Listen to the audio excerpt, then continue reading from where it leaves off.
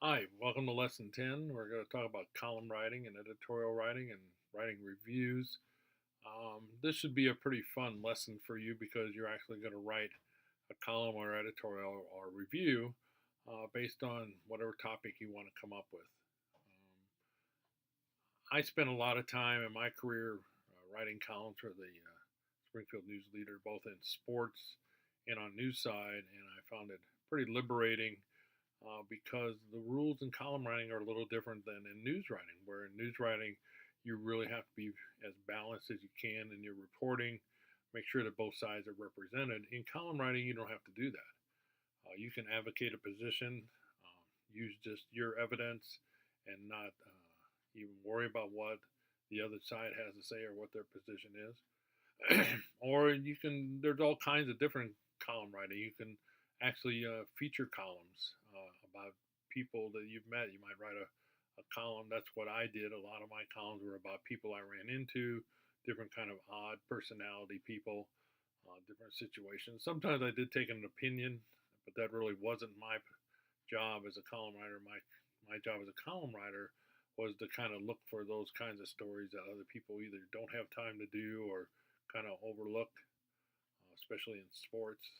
I did a lot of column writing there that had to do with analyzing games or people, players, coaches, things like that, situations.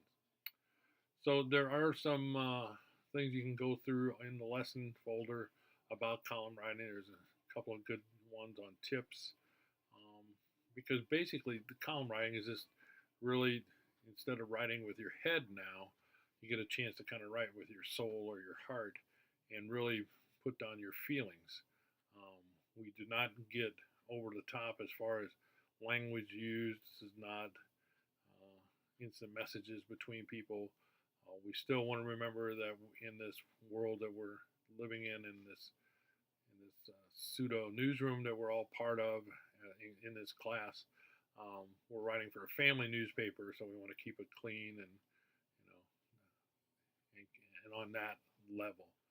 But the topic is your own, whatever you want. If you want to write about Trump for or against, or you want to write about any kind of issue that's out there, or if there's some kind of topic, or a review of a movie, or a new record that's out, or a restaurant, or a play, those all fall under the venue of column writing or editorial writing. Editorial writing, a lot of times, newspapers don't sign those, where columnists do sign their editorials or their columns so that people will know who they are and who wrote them. And that's where my my issue is that, and even still today, there are columns that I've written 20 years ago that people still want to get copies of or look at.